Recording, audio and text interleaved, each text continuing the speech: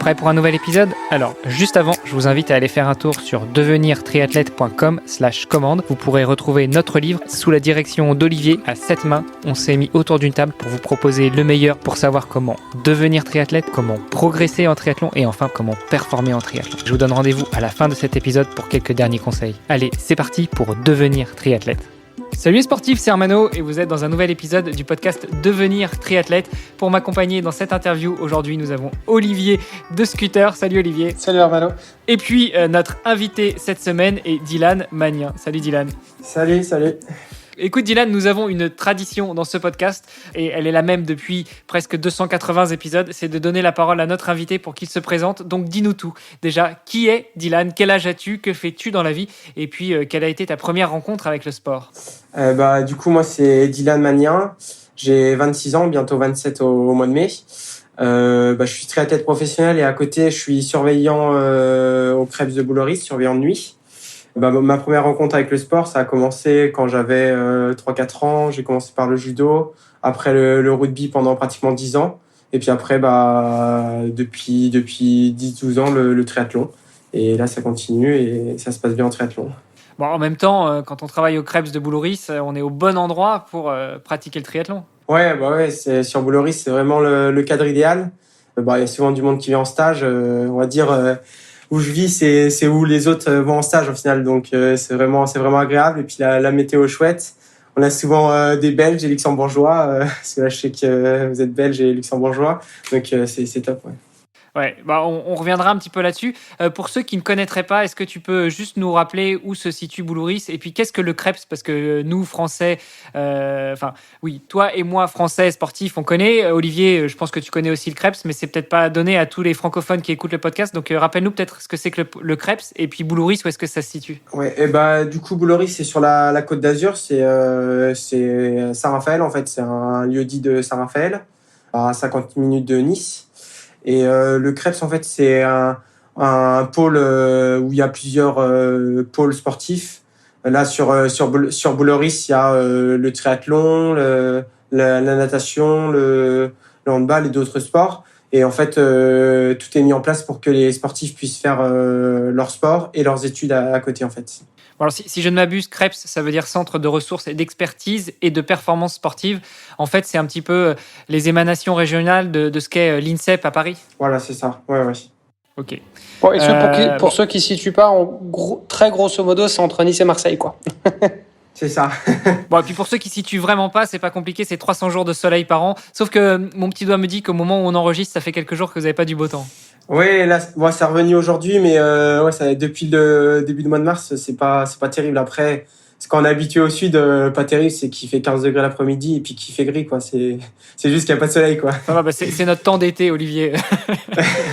Non, j'exagère. Bon, revenons un petit peu à toi, Dylan. Tu nous as dit que tu avais commencé le sport très jeune avec le judo. Tiens, moi aussi, un peu plus tard, mais moi, c'était plutôt du judo garderie. Est-ce que toi, c'était un sport performance ou est-ce que c'était plutôt une activité physique ou sportive pour occuper tes mercredis après-midi ? Le judo, quand j'ai commencé, c'était vraiment mon premier sport, donc c'était vraiment ludique. Et puis surtout pour apprendre le respect du sport, parce qu'au final, c'est quand même un sport vachement respectueux, avec pas mal de règles à respecter. Et après, par contre, j'ai fait le rugby, et là où c'était vraiment dédié à la performance, où je voulais me diriger vers une carrière de rugbyman. Et au final, j'ai eu un accident de sport et qui m'a fait me mettre au triathlon au final. Tu fais partie de tous ces gens qui se sont blessés, à qui on a dit faut que tu arrêtes de courir, va nager, va faire du vélo, c'est moins traumatisant, et puis en fait tu t'es mis au triathlon, c'est ça ? Non, c'est comme tout le monde, les ligaments croisés, et j'ai dû... Non, c'est vraiment... En fait, j'ai eu un accident à l'école et je suis retombé sur du béton sans hauteur, et j'ai eu traumatisme crânien, perte de connaissance, et du coup j'ai dû arrêter le rugby parce qu'il y avait trop de chocs. Je devais avoir 13-14 ans. Et à cette époque-là, je savais pas nager. Et le médecin m'a dit de faire de la natation pour me rééduquer.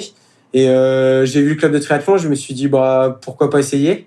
Et puis, 3-4 mois après, j'ai fait les Championnats de France de triathlon. Moi, je suis sorti dans les derniers. Mais au final, je courais déjà à côté. Donc, j'ai pu remonter. Et je termine 60e alors que j'étais sorti dans les derniers de l'eau. Et un an après, j'ai fait 4e au championnat de France en minime 2. Donc, je me suis dit, bon, je peux quand même continuer le triathlon. Il y a quelque chose à faire. Il y a quelque chose à faire, ouais.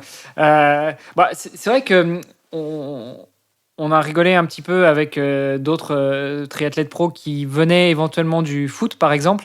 Enfin, quand on parle de foot, de rugby, c'est vrai que c'est des sports qui font beaucoup travailler la VMA finalement, parce qu'il y a beaucoup de sprints sur de courtes distances, et puis ça donne une bonne base, surtout quand on commence à pratiquer ces sports-là jeunes. Et après, il reste plus qu'à rajouter un petit peu d'endurance finalement quand on fait du triathlon, non? Ouais, c'est exactement ça. Après, le rugby maintenant, ça a un peu évolué. Surtout quand on voit l'équipe de France où le jeu qu'ils ont, maintenant c'est vraiment ça. Mais avant, c'était quand même plutôt, par exemple, quand je faisais les crosses scolaires, les rugbyman, on avait quand même plus de difficultés que les footballeurs. C'était quand même plus en foot où ils travaillaient vraiment la VMA. En rugby, on courait, mais c'était plutôt tranquille.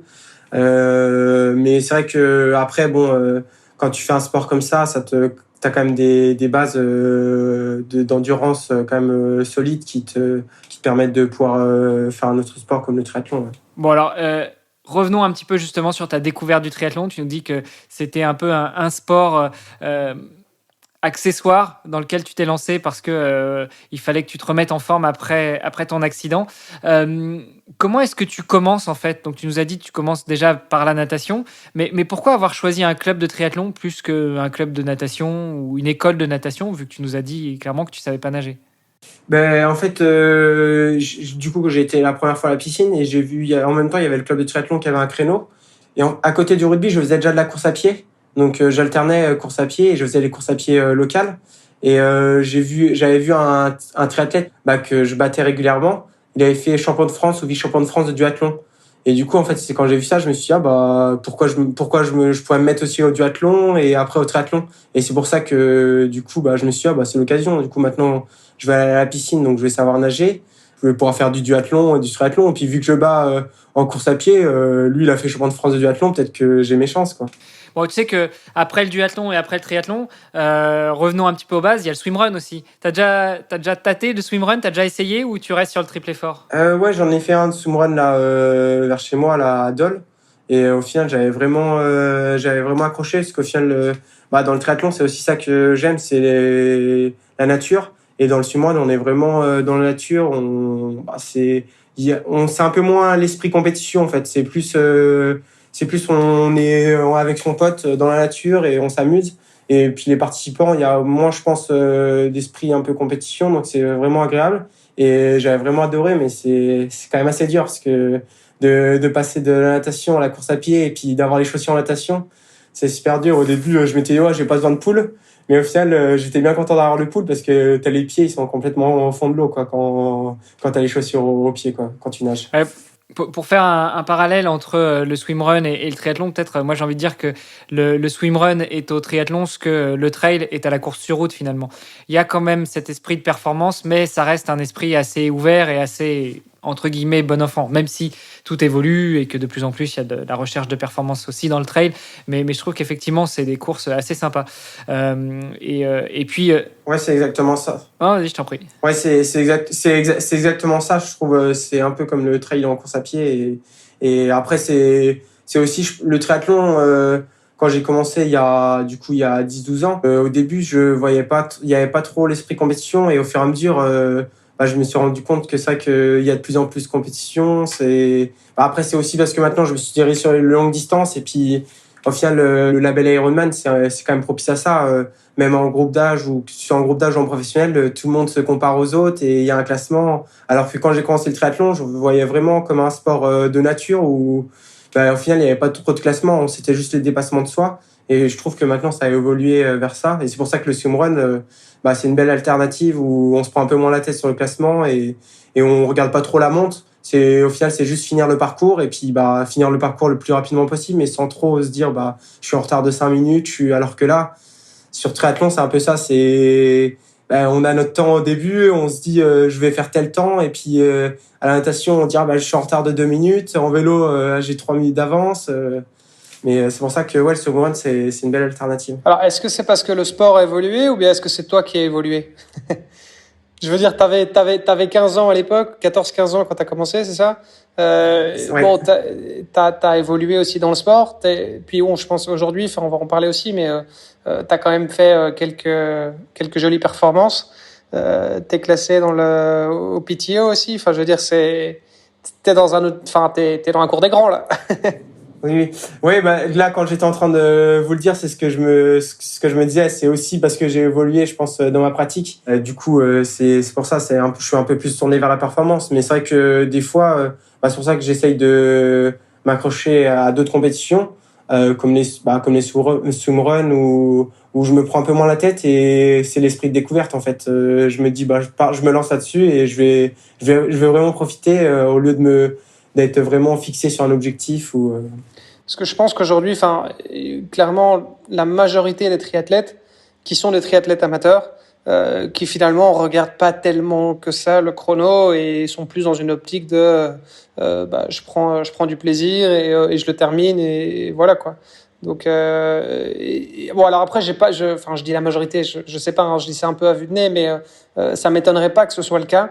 Que la plupart des triathlètes soient moins dans cette approche hyper compétitive et plutôt en mode bon enfant, quoi. Après, je pense qu'une fois que tu as dépassé le top 50, effectivement, tu y vas plus pour le délire, pour te mesurer à toi-même, plus que pour aller chercher un podium, je pense. Oui, oui, non, c'est sûr, ouais. Après, c'est un sport qui est vite preneur et on se prend vite au jeu. Et puis, dès qu'on évolue, on est vite à se comparer aux autres et puis à se titiller avec les copains. Mais c'est ça qui est sympa aussi, ouais. Bon, et à quel moment est-ce que t'es passé pro alors? Du coup, je suis passé pro il y a 3 ans. Et un peu par hasard, au final, parce que moi, j'étais sur courte distance avant. Et après, du coup, je me suis lancé sur longue distance. Après, pro, c'est un terme, on va dire, ça veut tout dire et rien dire, parce que professionnel en triathlon, c'est pas professionnel dans le foot. Pro, c'est juste C'est qu'on pas est le même professionnel. salaire, quoi. C'est ça que tu veux dire. Non, je gagne pas encore des millions. Peut-être qu'un jour ça arrivera, j'espère. Non, mais c'est Bon, que dans le triathlon, on les compte sur les doigts d'une main quand même, les millionnaires, hein. oui, oui, oui. Moi, oui, je pense oui. Il y en a pas beaucoup. Et oui, pro en fait en triathlon, c'est juste qu'on court en pro sur le label Ironman. Il y a beaucoup de pros qui ont un métier à côté et qui sont pas forcément professionnels. Après, c'est juste que du coup, on a des courses. On part, ils font une vague réservée aux professionnels en natation. Donc, on part tous ensemble, tous les pros. Mais sinon, quand il y a 60 pros au départ sur certaines courses, il y en a peut-être que 30 qui sont réellement pros. Et les 30 autres, ils ont un métier à côté. Ouais. Et alors, justement, on en parle souvent dans les différents épisodes qu'on fait dans les différentes interviews avec des triathlètes professionnels. Mais est-ce que tu peux nous rappeler qu'est-ce qu'il faut faire pour être pro, en tout cas sur le circuit Ironman, en dehors de payer sa licence annuelle, pas loin de $1000 si je ne m'abuse? Je crois que ça doit être. Tu dois faire une épreuve du label Ironman et tu dois terminer à 10% du vainqueur, je crois, de son temps en fait. Et du coup, ça te permet d'après d'avoir une attestation, demander une attestation à ta fédération pour devenir professionnel, pour courir en professionnel en fait. C'est la seule condition pour devenir pro? Ouais, je crois que c'est la seule condition. Ouais. Ok, Ouais. donc 10% du vainqueur. Donc mettons que, je sais pas, c'est une course avec un peu de dénivelé et que le vainqueur termine sa course en 8 heures. Ça veut dire qu'en gros, tu dois faire... Dans les 9h20, 9h40. 1h20, ouais. Donc ça veut dire 9h20, finalement c'est quand même un écart assez large. Bon après 9h20 c'est déjà très respectable. Hein.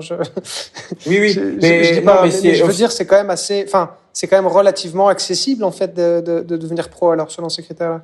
Enfin entre guillemets, hein, je dis pour. Oui, c'est assez accessible. Après, c'est juste que c'est la même question, c'est que au final, quand tu fais 9h 20 et que tu travailles à côté, tu te dis est-ce que j'ai un intérêt de courir avec les professionnels où j'aurais peu de chances de me qualifier à Hawaï que de courir en amateur et être dans les premiers de ma catégorie. Du coup, tu fais la course en étant dans les premiers que de courir avec les pros et puis être dans les derniers des pros. Donc c'est que beaucoup de se posent la question. Après, il y en a certains qui passent le cap parce que du coup, de courir en pro, c'est quand même avantageux parce que du coup, tu payes juste une licence annuelle et ça te coûte beaucoup moins cher que de courir en amateur.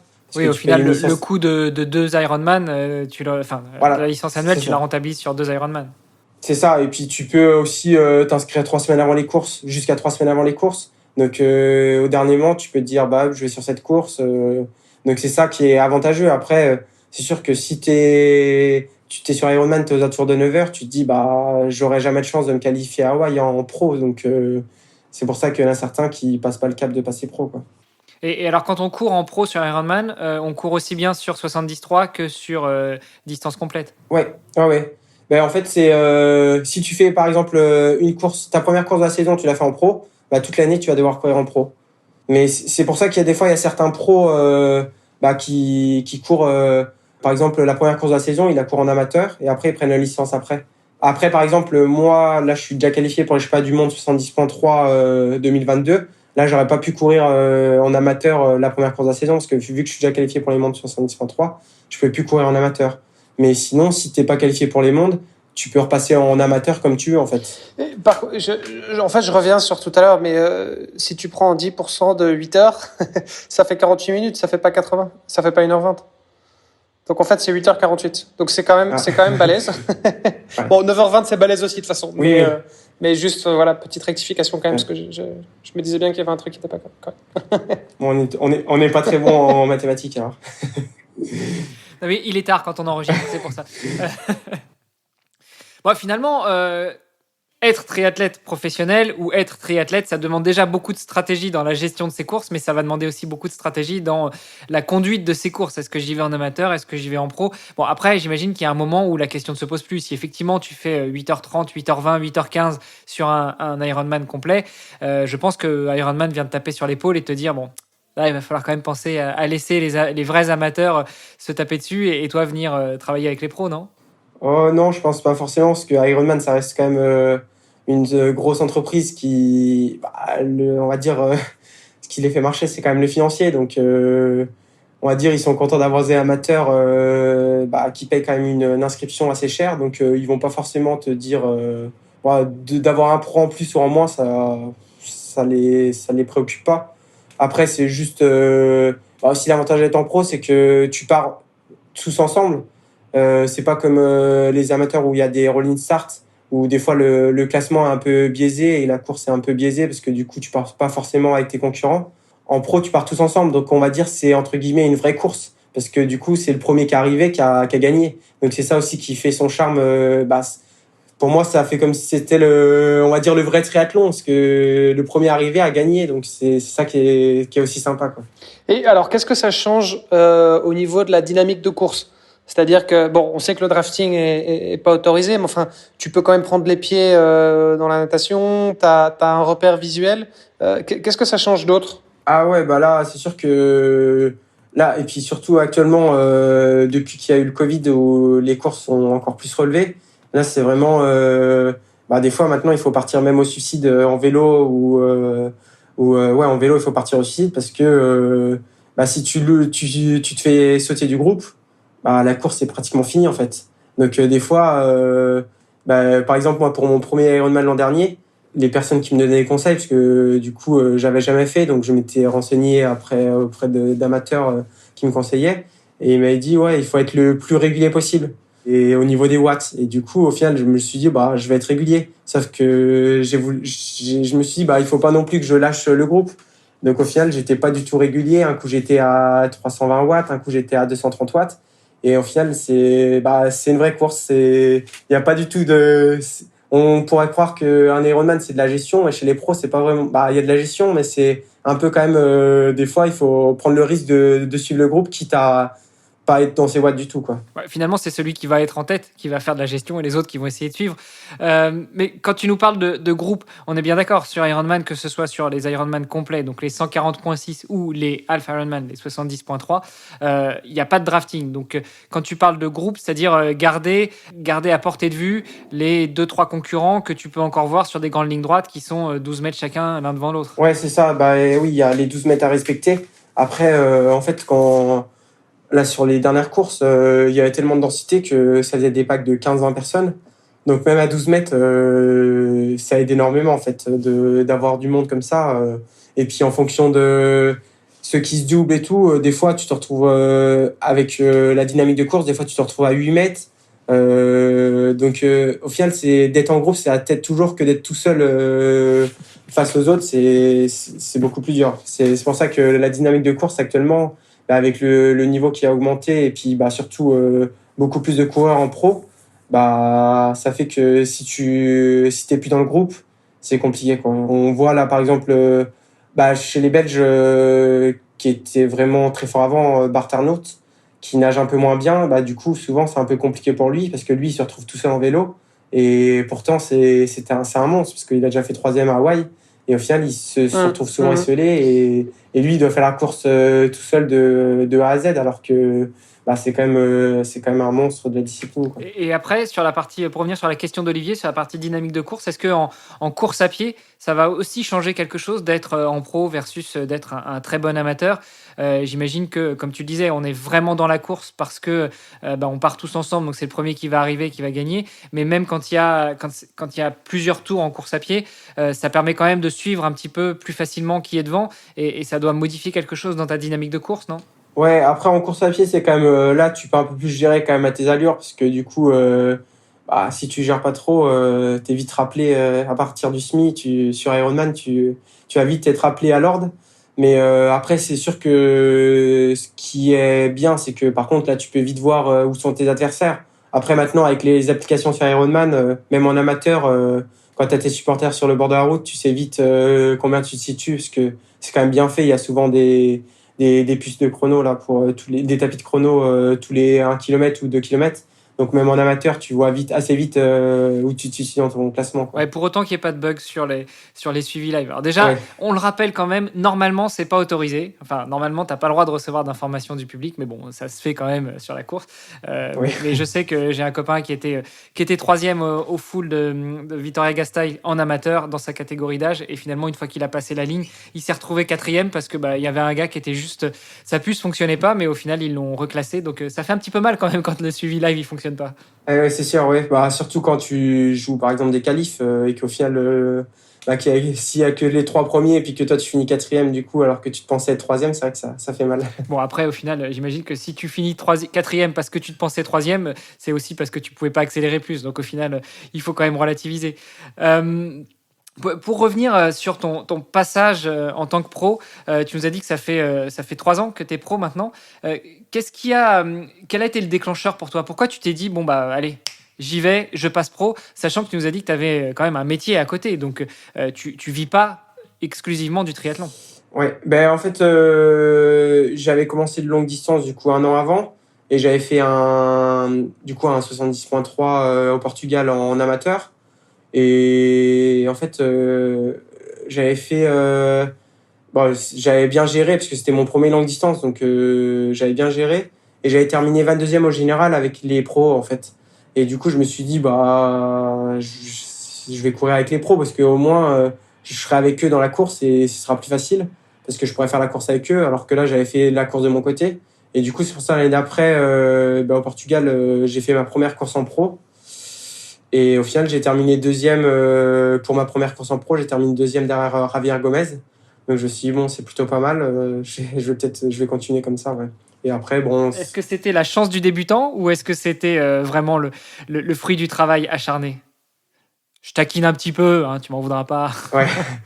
Non, après, il y avait un peu de chance aussi. C'était parce qu'au final, je pensais pas faire ça. Le jour de la course, quand tu cours avec des grands noms comme ça te transcende un peu. Et puis c'est ça qui est assez cool, c'est que sur le papier, j'étais peut-être pas le meilleur, mais au final, il y avait un peu aussi de ça, c'est que il fallait être bon le jour J et c'était ça qui était cool. Et c'est ce que j'aime aussi, c'est que parce que c'est vrai que maintenant on est de plus en plus dans nos données, on sait nos allures, on sait nos watts, et du coup on n'est plus trop dans la course. Limite, on fait la course avant la course. Et c'est ça qui est aussi cool dans le triathlon, c'est que il peut tout se passer parce que tu peux être bien en vélo et puis après en course à pied complètement explosé. C'est ça qui est assez intéressant dans ce sport-là. Ouais.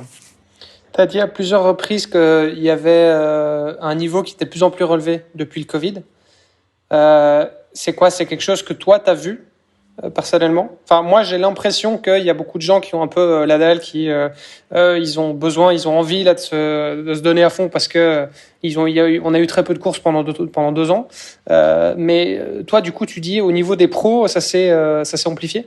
Ouais, là sur les courses, déjà il y a du fait que Ironman ils ont quand même réduit au nombre de courses pour les pros parce que c'est pas comme les amateurs. On peut pas s'inscrire à toutes les courses. On a un calendrier spécifique et il y a beaucoup moins de courses qu'avant. En fait, je pense bon, c'est aussi du fait qu'il y a le PTO maintenant qui est rentré en jeu.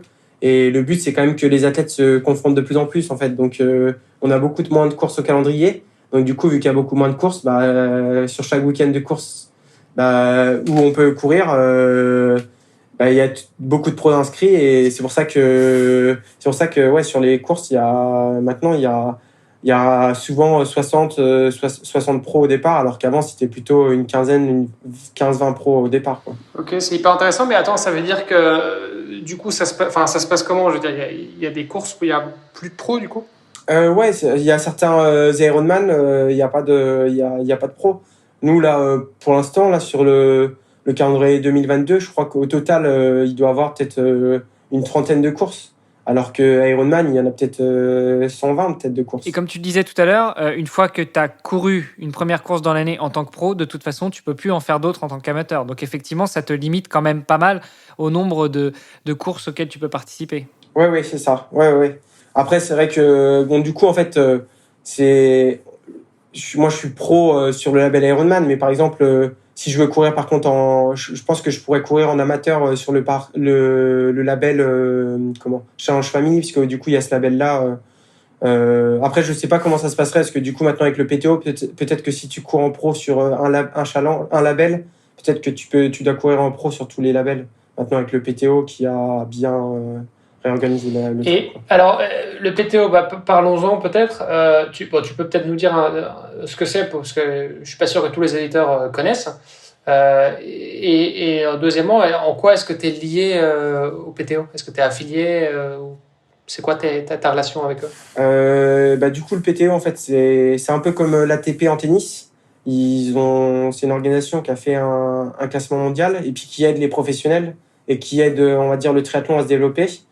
Ils ont fait un classement mondial et avec ce classement mondial, en fonction de notre classement, on peut être invité sur les courses via un logement, via la prise en charge du voyage. Parce que quand on court en pro, on n'est pas forcément, on paye notre logement et on paye notre voyage comme tout le monde en fait. Mais grâce à ce classement, maintenant au final c'est bien organisé et du coup on peut négocier des logements, notre voyage. Et après, il y a aussi des primes en fin d'année en fonction de ton classement. Donc, par exemple, moi, l'an dernier, j'ai terminé 66e mondial. Du coup, j'ai eu $2000 en fin d'année. Et après, il n'y a pas d'adhésion particulière. En fait, c'est juste chacun a le logo sur sa tenue. Mais sinon, il n'y a pas d'adhésion particulière. En fait, il suffit juste de courir en pro, de faire trois courses et après, même tu peux en faire une, mais ils prennent tes 3 meilleurs résultats et avec tes 3 meilleurs résultats, ils font un classement. Avec ces 3 meilleurs résultats, ils font la moyenne de tes 3 meilleurs résultats et ça fait un classement mondial. D'accord, mais donc toi, tu leur as pas demandé de faire partie de ce classement, je veux dire. Ah non. Même si t'as pas envie, eux, ils te mettent au classement, quoi. Voilà. Ouais, c'est ça, ils te mettent au classement. Et puis maintenant, au final, il y a tout intérêt parce que du coup, le PTO, c'est un peu ce qui révolutionne le triathlon pour les professionnels parce que du coup, le vainqueur du classement mondial en fin d'année, il a $100,000. Donc, c'est pas. Et puis bon, comme j'ai dit avant, au final, c'est vraiment sur les courses, on s'est invité grâce à notre classement PTO. Ça parle plus. Alors qu'avant, c'était par rapport à ton palmarès. Et sauf que quand tu es jeune, que tu n'as pas forcément de palmarès, c'est compliqué. Tu te dis, oui, j'ai gagné ça.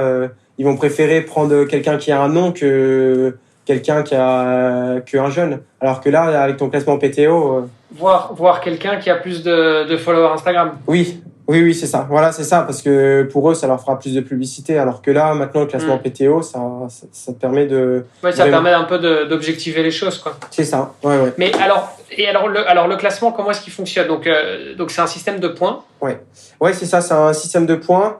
Après, c'est encore que le début, donc il y a ses limites à certaines choses.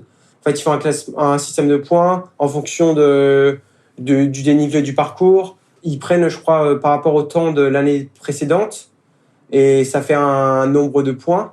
Et en fonction de ça, ils regardent si tu as été plus vite ou moins vite.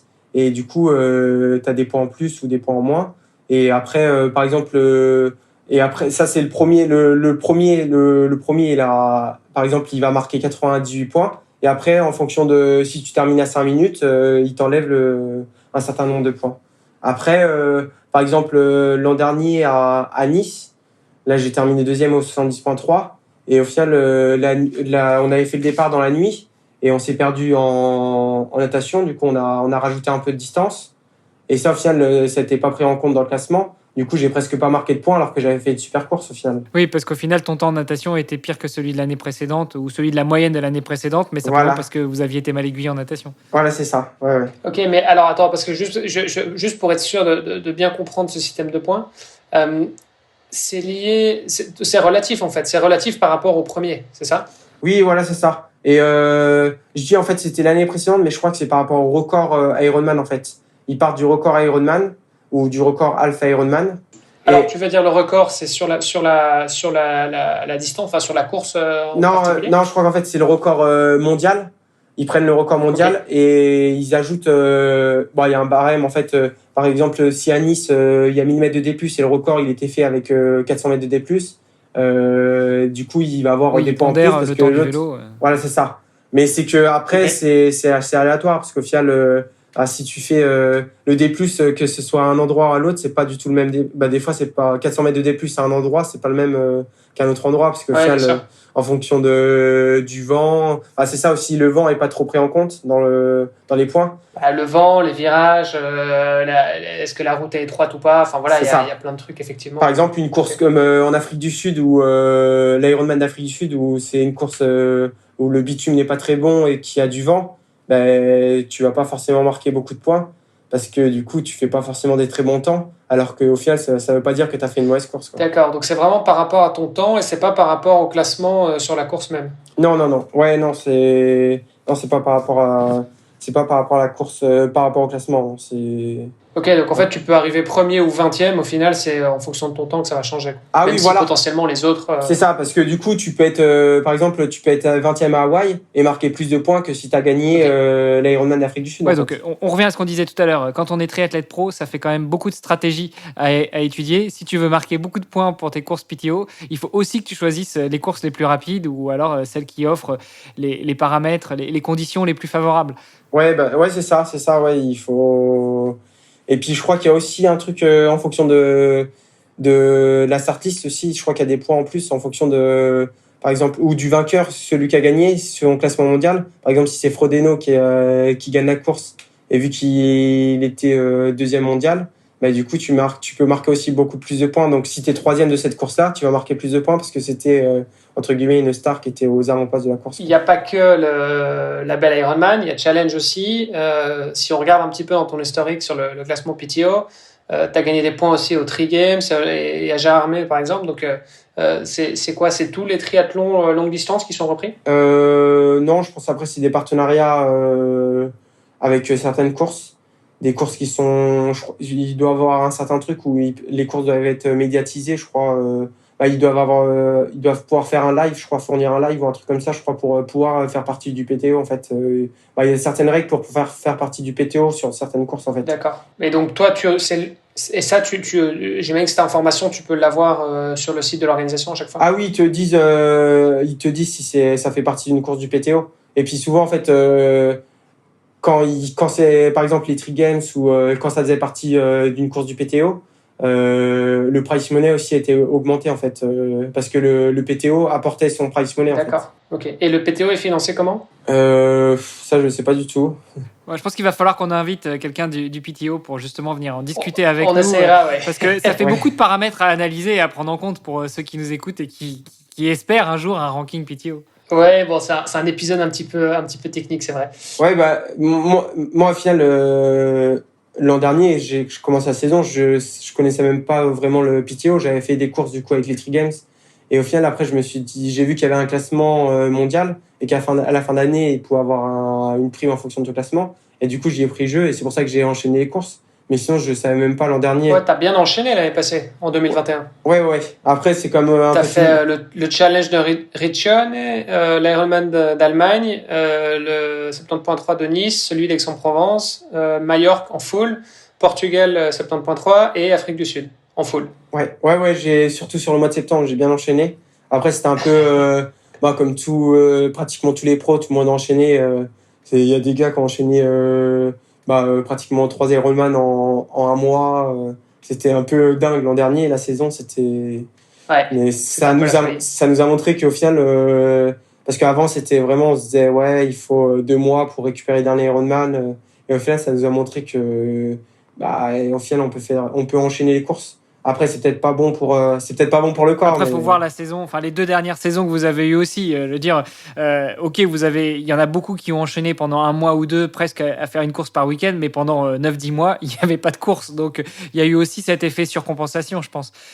Et alors justement, commencer d'enchaîner des courses longue distance, parce que qu'on parle de 70.3 ou qu'on parle de full, Olivier nous a donné une liste des courses que tu as fait sur la fin d'année. Donc, tu as enchaîné un petit peu du half ou de l'entier. Comment est-ce que on gère en tant que triathlète professionnel la récupération pour son corps, la reprise en charge pour l'entraînement? Comment est-ce qu'on s'assure qu'on va pas se blesser, ou éventuellement comment est-ce qu'on est alerte au moindre petit bobo qui pourrait hypothéquer la suite de la saison? Moi, j'ai la chance j'ai pas vraiment de qualité, on va dire, dans un des sports, mais ma qualité principale, c'est vraiment d'être assez fort musculairement. Et ce qui est vachement important dans le sport, dans le triathlon longue distance. Et du coup, c'est ça qui me permet aussi de pouvoir enchaîner les courses. Et j'ai souvent, par exemple, l'an dernier, j'ai enchaîné l'Alpha de Nice une semaine après. Je fais deuxième. Après la semaine après, j'ai fait l'Alpha d'Aix-en-Provence. J'étais beaucoup mieux, alors que c'était qu'une semaine après. J'étais en tête avant d'avoir un incident mécanique. Et du coup, j'ai dû arrêter la course à cause d'un incident mécanique. Mais j'étais en tête et... T'as dû laisser passer Arthur Orso, c'est ça? Qu'on a déjà eu sur le podcast. Ouais, voilà, qu'on a déjà eu sur le podcast, effectivement. Donc là, voilà, j'ai pu enchaîner les 2 alphes. Et puis après, en fin de saison, j'ai fait l'Ironman de Majorque.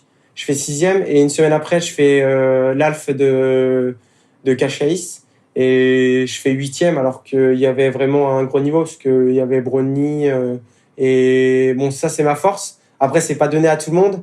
Mais et puis c'est pas, je pense, pas très conseillé au final de trop enchaîner les courses comme ça, parce que il faut pouvoir récupérer. Après, quand t'es pro, tu peux quand même récupérer plus facilement.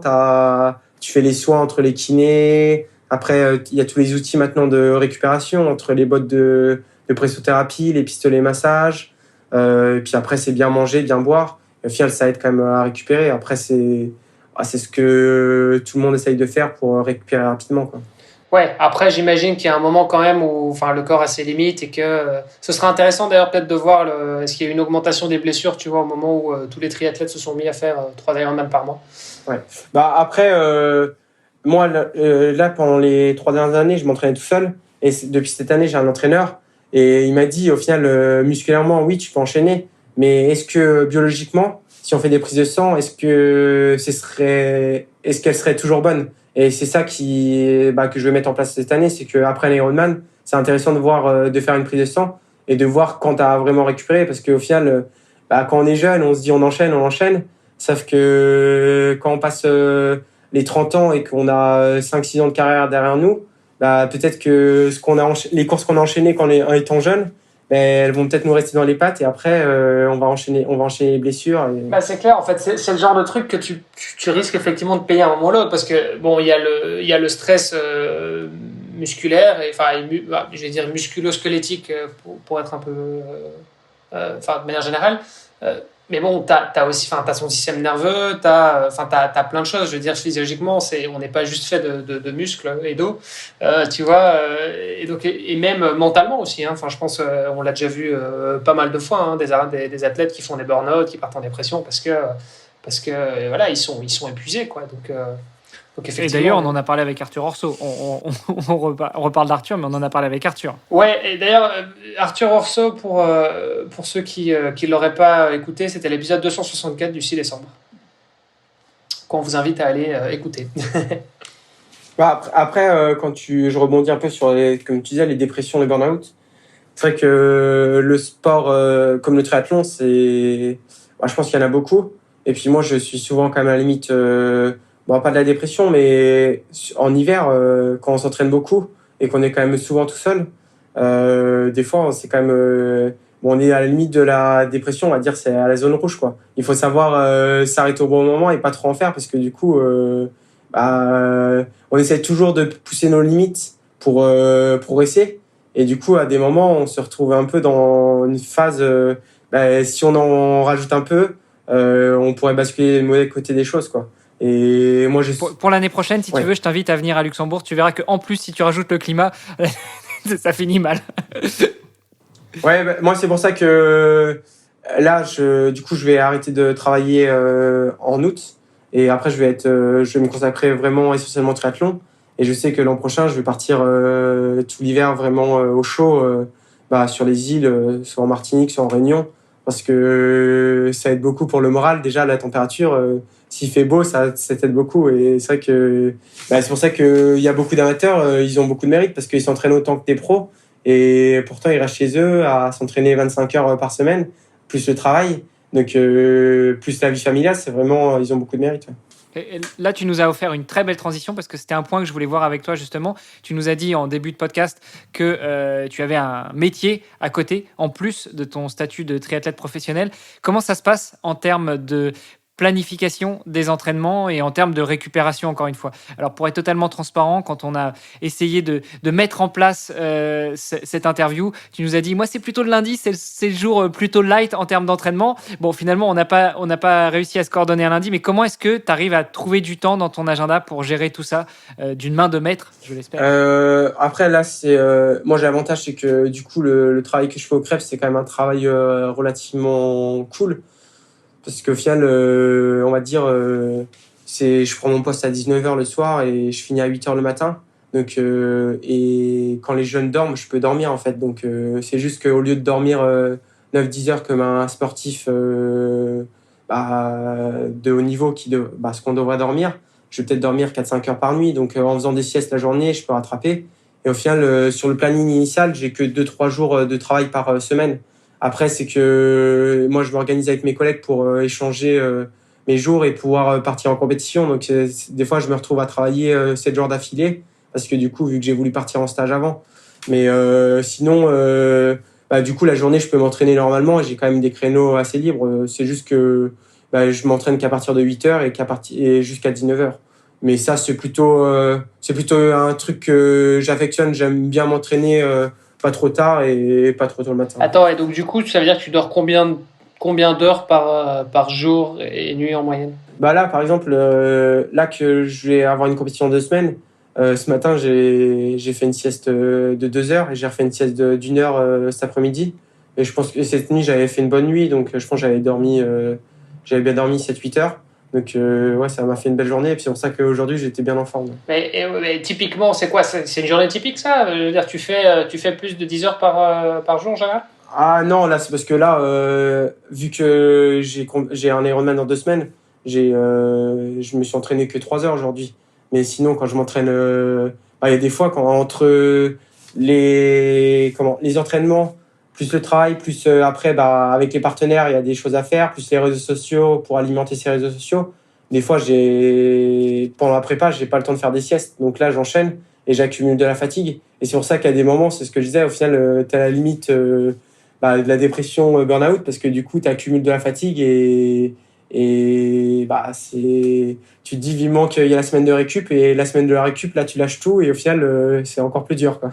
Alors après, en plus de ça, parce que c'est vrai que tu parlais de l'hiver, il y a un truc quand même qui s'appelle le SAD, le Seasonal Affective Disorder. En gros, c'est une dépression. C'est des gens qui sont bien toute l'année, mais juste en hiver, ils ont tendance à être un peu déprimés. Je pense qu'on est tous un petit peu touchés par ça, mais il y a des gens, à mon avis, qui le sont d'autant plus parce que manque de soleil, manque de lumière, manque de. Surtout nous, Olivier, on est quand même au nord de l'Europe. Ouais. Moi, après, je sais que mon coup de mou, c'est souvent au mois de mars. C'est là où je suis toujours dans le dur. C'est con, on enregistre en mars. Là, cette année, non, mais cette année, ça a été plutôt bien géré et c'est pour ça que du coup, j'ai pris un entraîneur. C'était pour gérer ça. Parce que, en fait, c'est que souvent, janvier-février, je fais des grosses semaines où là, je m'entraîne pratiquement toutes les semaines entre 30 et 35 heures. Et mars, du coup, c'est un peu le mois de transition avant les compétitions. Et du coup, si tu gères pas bien la récup, tu prends un contre-coup de tout ce que tu as fait avant. Et c'est un peu c'est là que normalement il y a le phénomène de surcompensation. Et ça m'arrivait souvent d'être dans le mauvais sens. Et là, cette année, ça a l'air de plutôt bien se gérer. Donc, je vais voir dans 2 semaines, mais je suis plutôt confiant. Et du coup, parce que tu parles de la compétition dans 2 semaines, c'est où? Du coup, c'est l'Ironman d'Afrique du Sud. Ok. À Port-Elizabeth. Celui que tu as fait l'année passée déjà. Ouais, j'avais fait l'an passé. C'était un peu l'Ironman de trop l'an passé. Mais c'est pas forcément un parcours qui me convient. Mais du coup, vu que j'ai pas trop réussi, j'ai fait 11e, mais j'avais quand même bien pris cher en vélo.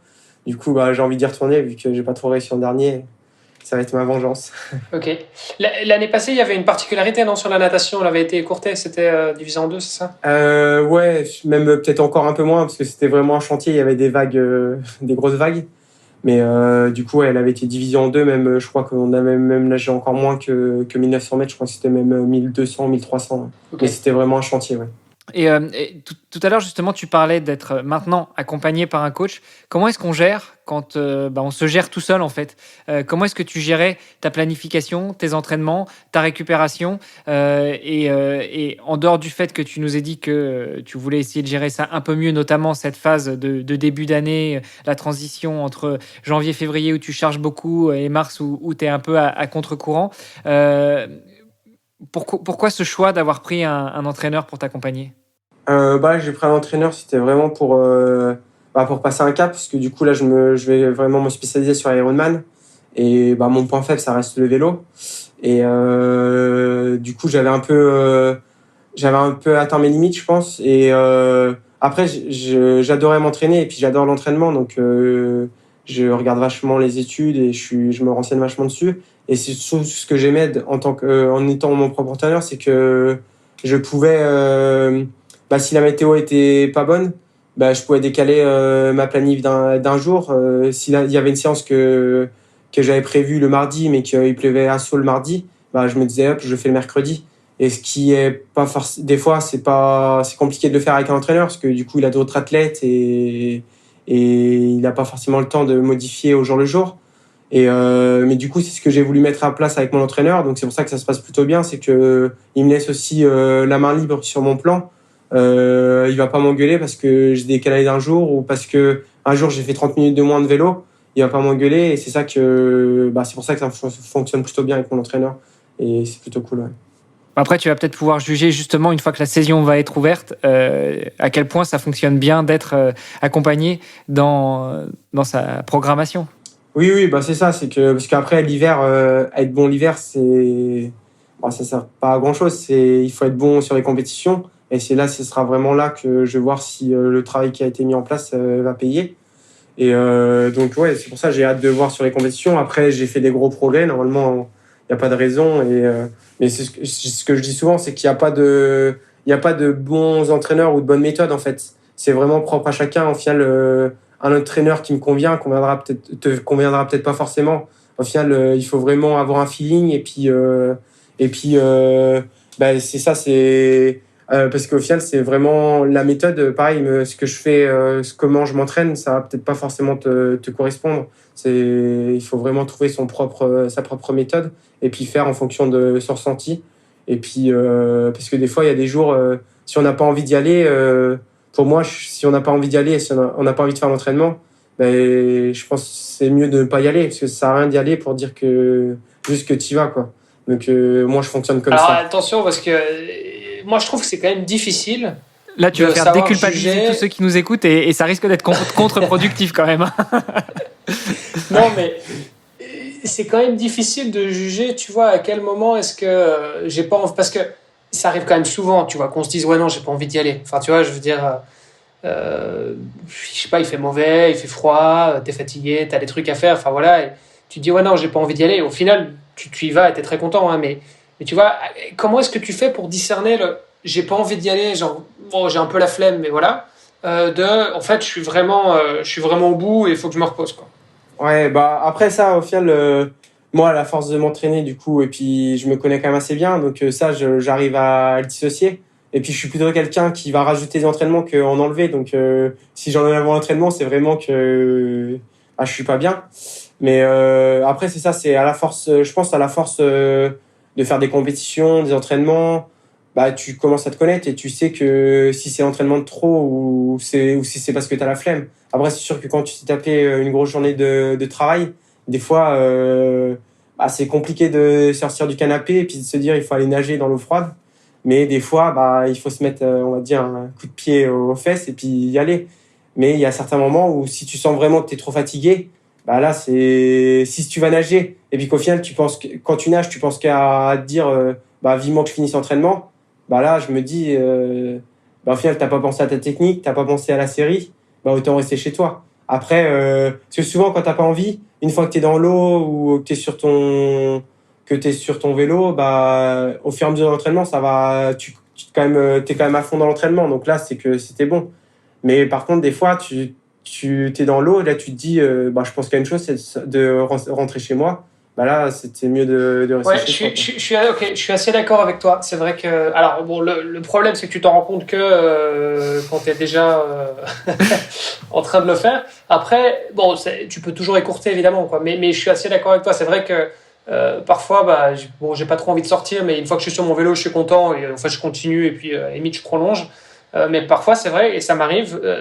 Et parce qu'en fait c'est juste c'est un trop plein, quoi. C'est trop de fatigue accumulée, trop de stress, machin, et en fait, c'est juste, tu viens rajouter des trucs, et ça m'arrive, c'est rare, mais ça m'arrive de me dire, en fait, je suis pas en train de prendre du plaisir, j'ai juste envie d'arriver à la maison, oh merde, je dois encore faire 1 heure, tu vois. Et c'est vrai qu'à ce moment-là, tu te dis, bah ouais, en fait, c'est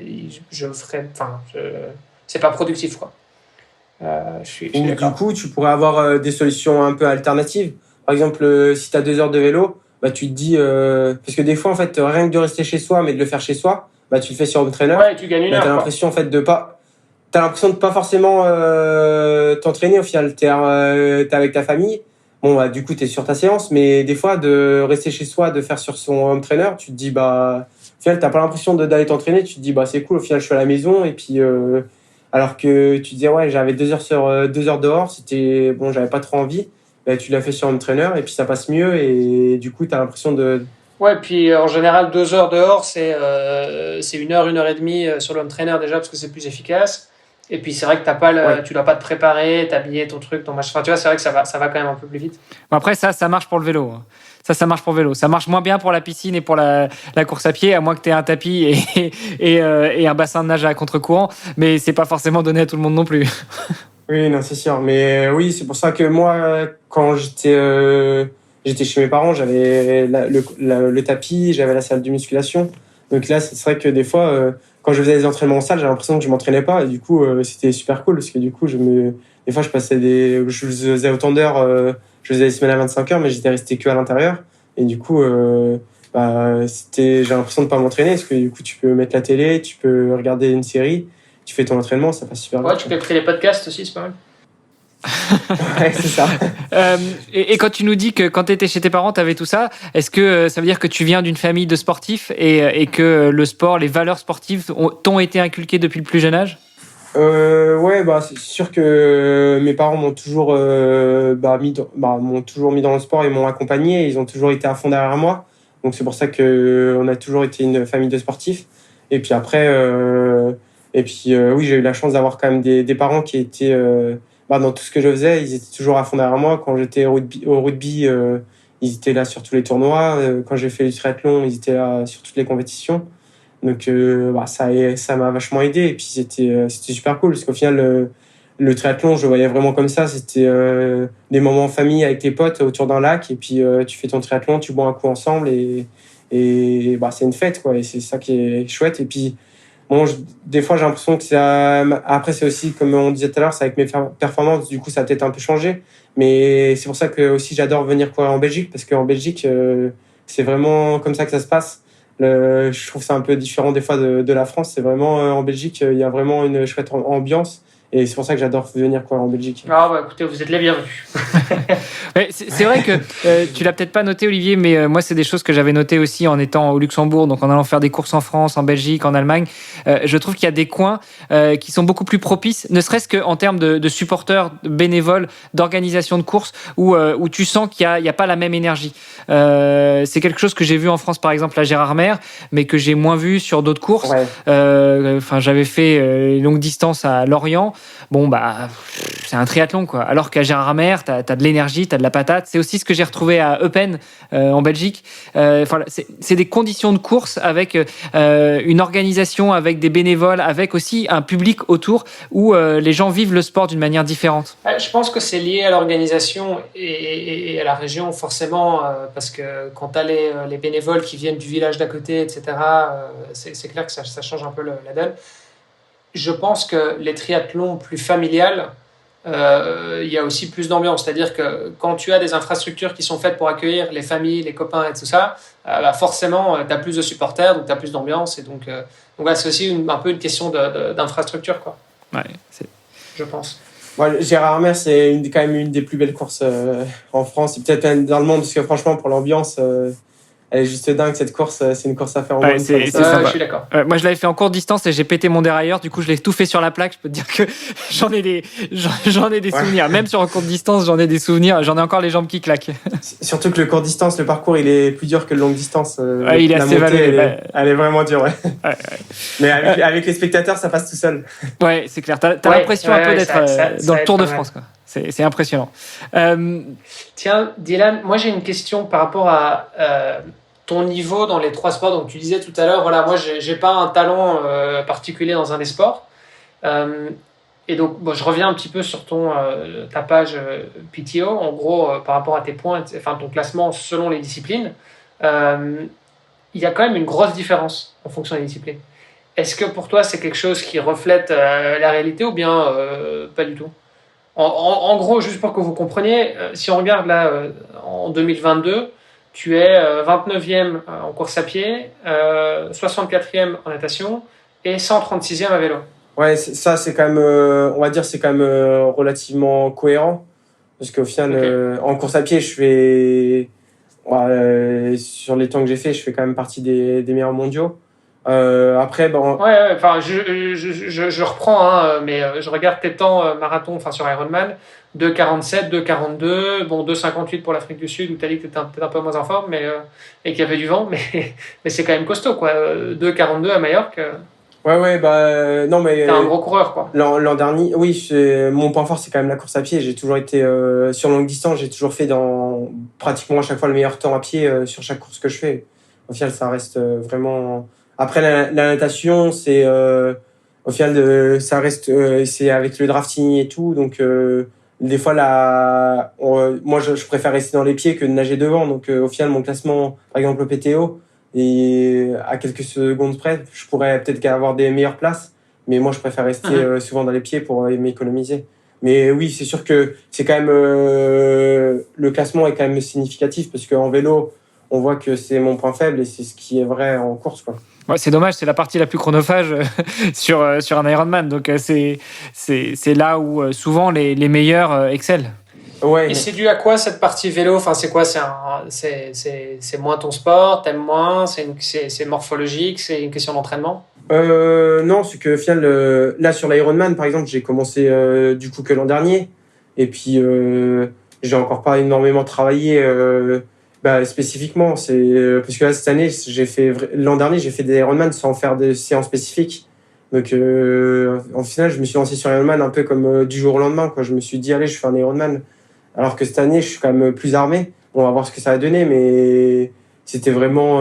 c'est pour ça aussi, c'est que j'avais pas vraiment travaillé. Et puis, là que j'étais mon propre entraîneur, le vélo, je laissais un peu de côté la PMA, je laissais les choses que j'aimais pas trop, je les laissais un peu de côté. Et du coup, c'est ça qui a fait que j'étais un peu moins fort, je pense, qu'avant. Parce que sinon, pour le vélo, j'ai quand même des prédispositions quand même assez intéressantes. Parce que quand j'étais plus jeune et que j'étais en équipe de France jeune, j'étais quand même parmi les meilleurs les meilleurs Français. Donc, dans la continuité, je pourrais faire quand même des belles choses en vélo. Ouais. Et en plus de ça, enfin moi je me demande, alors bon, je sais pas si je suis biaisé parce que moi je viens un peu plus du vélo, mais j'ai l'impression que le vélo c'est là où tu as la plus grosse marge de progression, de manière générale en tant que sport. Vous êtes d'accord ou pas? Ouais, non, c'est sûr. En vélo, tu peux facilement progresser. Alors je vais reformuler. Euh, je pense qu'on peut plus facilement progresser à vélo dans le sens où c'est peut-être un peu moins technique ou en tout cas ça dépend moins de prédisposition naturelle. Alors il y en a bon, potentiellement qui peuvent avoir un peu peur du vélo au début, voilà, mais je pense que avec beaucoup d'entraînement, tu parviens vite à progresser à vélo là où en course à pied, si t'es pas un bon coureur de base, bah, c'est difficile de devenir un bon coureur. Et alors, la natation, en parlons même pas, quoi. Ouais, c'est vrai que c'est peut-être un des 3 sports où, alors pour vraiment grossir le trait, si tu bornes, tu peux peut-être progresser plus que si tu bornes en course à pied ou en natation, parce que finalement, si t'as pas les techniques en natation et en course à pied, tu vas borner un peu dans le vide. Alors qu'en vélo, borner, ça paye toujours beaucoup plus quand même. Ouais, c'est ça, c'est exactement ça. En vélo, t'as quand même c'est quand même plus facile de progresser en vélo. Il suffit de s'entraîner et c'est ce que tu disais. Au final, rien que déjà de borner, ça te fait progresser déjà. Après, Ouais, moi, et alors, excuse-moi, d'autant plus que là, on parle de vélo sur triathlon. C'est-à-dire qu'on est sur des parcours qui sont en général pas trop techniques. Il y a pas de, tu vois, enfin, t'as pas la même technicité à avoir, que ce soit dans des descentes de col, tu vois, gérer un peloton, gérer un sprint. Enfin voilà, tout ça, c'est plein de trucs qui sont quand même hyper techniques parce que le cyclisme, ça reste un sport technique. Mais on a beaucoup moins cette technicité dans le triathlon. ouais, non, c'est sûr. Euh, Bon, alors tu nous as dit que là, 2022, tu arrêtais de travailler pour te consacrer à 100% à l'entraînement. Moi, j'ai envie de te dire, et après, qu'est-ce que tu as dans les tablettes? Qu'est-ce que tu prévois à court et moyen terme? Où est-ce que tu te vois, Dylan, dans 5 ans ou dans 10 ans? Bah, du coup, là, déjà, je pense d'arrêter de travailler, ça va déjà être un bon soulagement. Après, j'ai la chance du coup, d'avoir des partenaires qui me suivent de plus en plus, donc qui me permettent de faire ça. Parce que là, j'avais continué à travailler, parce que, à dire, avec la situation actuelle, avec le Covid, qu'il n'y avait pas de course, et que c'était difficile d'avoir des partenaires, parce que de faire confiance à des jeunes, c'était un peu compliqué. Et là, l'objectif, c'est clairement, du coup, de m'investir à fond dans mon projet, et là, cette année, ça va être de me qualifier pour les Championnats du monde à Hawaï, parce que je suis déjà qualifié pour les Championnats du monde Alpha Ironman. Donc là, c'est de me qualifier aussi pour les Championnats du monde Ironman, pour voir un peu les 2 Championnats du monde. Et puis après, l'objectif, c'est que dans les 3 prochaines années, c'est de faire un top 10 aux Championnats du monde à Hawaï. Bon, ça va, c'est un bel objectif. Oui, c'est un bel objectif. Après, je pense que c'est réalisable. Après, c'est ça, il faut se lancer quand même des gros objectifs pour se motiver et puis pour avoir envie. Donc, c'est un bel objectif, ça fait rêver et ça donne des belles perspectives pour s'entraîner. Ouais. Bon, alors, on a parlé un petit peu de ton entraînement, on a parlé un petit peu de ta récupération et de ton sommeil parfois aléatoire au gré de tes possibilités eu égard au travail et autres. Bon, ça devrait s'améliorer si tu arrêtes de travailler. Est-ce qu'il y a d'autres éléments sur lesquels tu travailles? Je pense notamment à la nutrition, je pense à de la PPG, du renforcement musculaire. Est-ce que c'est des éléments que tu mets beaucoup en avant dans tes entraînements ou est-ce que c'est des points que tu laisses un petit peu de côté? Au niveau de la PPG et de la musculation, du coup, j'ai mis en place depuis pratiquement 4-5 ans avec mon préparateur. Au final, c'est ça qui a fait aussi ma force et qui m'aide à bien courir après le vélo. Parce qu'au final, même en étant souvent cuit après le vélo, j'arrive à faire des bonnes courses à pied. Et je pense que la musculation, ça m'a vachement aidé pour ça. Et sinon, la nutrition, j'ai encore beaucoup de choses à améliorer, mais j'essaye de me renseigner. Après, je me suis jamais trop restreint. Surtout en stage, je mange des fois un peu salement, beaucoup de sucre. C'est dommage parce que justement en stage, c'est censé être là où les choses sont plus millimétrées, non? Non, après, au final, en fait, par exemple, moi, je suis quelqu'un qui m'entraîne quand même énormément en volume. Donc, parce que je fais beaucoup d'heures lentes. Et donc, du coup, je fais beaucoup d'heures. Donc, en fait, en stage, quand je m'entraîne, que je sois en stage ou pas en stage, en semaine normale, je vais être aux alentours de 30-35 heures et en stage, c'est plutôt que je vais être à 35-40 heures. Donc au final, je peux faire des écarts. Après, c'est sûr que à un certain moment, si tu manges trop de sucre, c'est pas bon pour la récupération, mais pour le moral, ça fait du bien, quoi.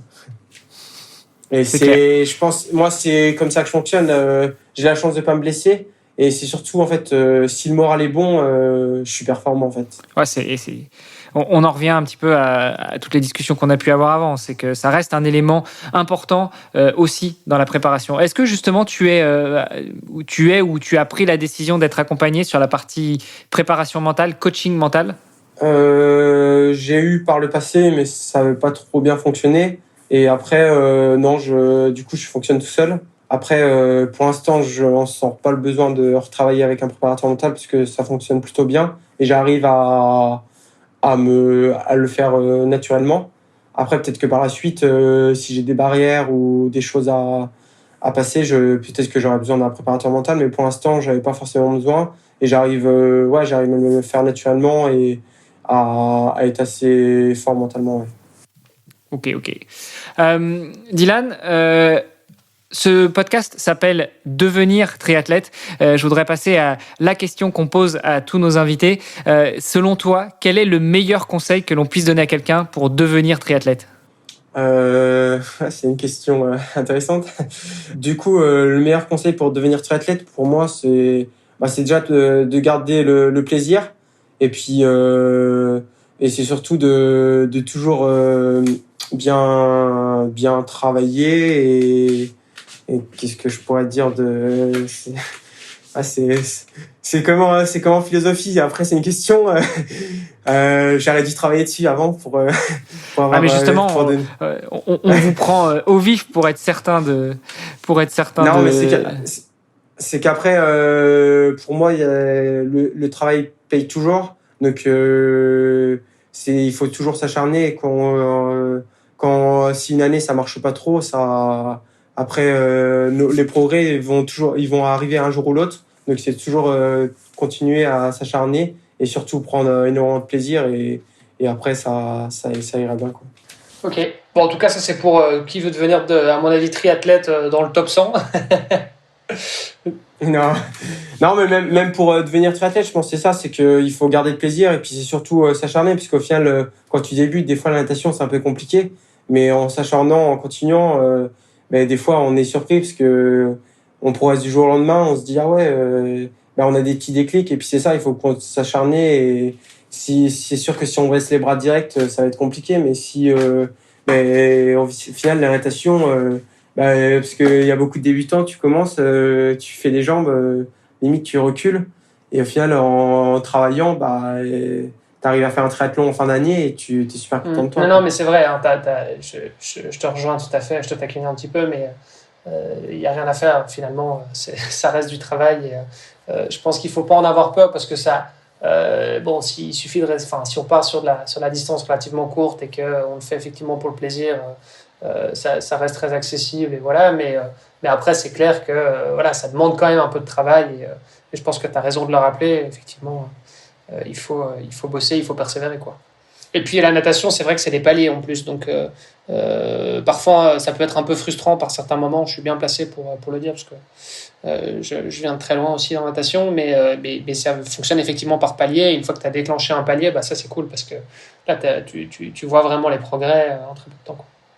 Ouais. Et puis après, je pense que pour moi ça a plutôt bien fonctionné. Et puis c'est quand j'entraîne des personnes, c'est aussi ce que j'essaye de faire, c'est de toujours trouver de l'amusement dans ce qu'on fait au final, parce que du coup une séance, tu peux direct la tourner, que ça soit un jeu au lieu que ça soit vraiment une séance vraiment où tu te dis je dois faire ça. Tu peux toujours trouver des jeux et c'est ça qui est aussi stimulant quand tu t'entraînes dans des clubs. Tu as des partenaires et tu t'amuses un peu avec eux et puis du coup ça se transforme en jeu et au final tu as travaillé et tu as progressé. Ouais, clairement, c'est quand même quelque chose qui est plus facile à faire quand tu as un ou des sparring partners et voir quand tu es en club. Parce que quand tu es seul, tu m'expliqueras peut-être en off comment tu trouves de l'amusement dans une grosse séance de natation ou une grosse séance de vélo ou une grosse séance de course à pied. Moi, mon tips, en tout cas, en général, c'est de découper l'entraînement. Je sais que la dernière fois, j'avais un 4005 à sortir en natation. Je l'ai découpé en deux. Et en fait, une fois que tu es à la moitié, tu te dis, bon, bah... je suis là, donc j'y vais, je finis quoi. Mais c'est le seul amusement que j'arrive à trouver sur une séance où je suis tout seul. Non, mais c'est suffisant. Enfin, c'est suffisant, tu vois. Tu le fais en 2, et puis tu le fais en 4, en 8, en 16. Oui, voilà. bien sûr. Ouais. Ouais, après, moi, c'est ça. Après, j'essaye de toujours trouver, par exemple, en course à pied, si j'ai un footing long, après, c'est pas forcément d'amusement, mais c'est que moi, je vais trouver ça plus sympa. Mais au lieu de le faire, si c'est sur la route, je vais aller le faire en trail et du coup, c'est des petits trucs comme ça, mais c'est toujours plus sympa et il faut trouver des petites solutions et varier en fait la chose. En fait, c'est pas que ce soit un truc figé, que tu fasses toujours le même truc, toujours le même parcours. En fait, il faut toujours que ce soit de la découverte, de l'amusement et puis que il y a tellement de choses à exploiter que au final, on pourrait s'entraîner pendant peut-être 50 ans et puis on pourrait faire chaque année une chose différente et au final, ça pourrait nous faire progresser. Donc c'est pour ça, on va dire, il y a dans le triathlon, il y a vraiment plein de choses à faire et c'est ça qui est super excitant, quoi. Bon, en tout cas, je pense que c'était une bonne et longue réponse à la question comment devenir triathlète. On va essayer de synthétiser tout ça, mais je pense que si on avait une seule chose à en retenir, ce serait déjà ne pas lâcher, et puis la deuxième, ce serait essayer de trouver le moyen de s'amuser dans nos séances. Ouais, voilà, c'est ça, c'est exactement ça, c'est ne pas lâcher et vraiment trouver l'amusement et le plaisir et c'est les bonnes choses pour devenir un triathlète. Ça marche. Et puis, Dylan, pour terminer, peux-tu nous dire où est-ce qu'on peut le plus facilement rester en contact avec toi, te suivre ton actualité et éventuellement continuer la discussion si certaines personnes souhaitent en savoir encore plus sur ton parcours de triathlète professionnel? Du coup, c'est sur les réseaux sociaux, sur Instagram principalement. Parce que maintenant, c'est le truc un peu à la mode. Et aussi sur Facebook. Et après, du coup, je suis assez accessible, je réponds facilement et puis ça me fait plaisir, j'adore échanger. Des fois même un peu trop. Donc du coup, c'est ça qui me fait des fois louper des entraînements de natation parce que je parle un peu trop. Mais c'est pour ça, ouais, j'adore échanger. Donc il faut pas hésiter à m'envoyer des messages. Ouais. Super, écoute Dylan, merci beaucoup d'avoir répondu à notre invitation. Et puis si on passe du côté de Saint-Raph, on viendra te faire un petit coucou au Crêpes. Et avec plaisir. Déjà cette semaine, il y a des Belges qui sont en stage au Crêpes, donc je sais que les Belges aiment bien le coin, ouais. Et puis même au Luxembourg aussi, ils aiment bien la Côte d'Azur, c'est quand même prisé pour. Ça marche. Ouais, effectivement, ça m'arrive de venir dans le coin. J'ai de la famille du côté de Fort-Calquier, donc voilà, j'y serai normalement fin mai, donc voilà, on aura peut-être l'occasion de s'y croiser. Merci à vous, c'était super cool et puis c'est sympa de suivre mes résultats et puis bonne continuation pour les podcasts. C'est une bonne initiative et puis c'est sympa. Super, écoute, merci encore Dylan, une très bonne continuation et à bientôt. Ciao. Salut, merci. Merci d'avoir écouté cet épisode jusqu'au bout. N'oubliez pas de rejoindre notre groupe Facebook pour discuter avec les invités, commenter et poser vos questions. Et Olivier et moi, nous vous répondrons dans un prochain épisode. À la semaine prochaine. Salut les sportifs.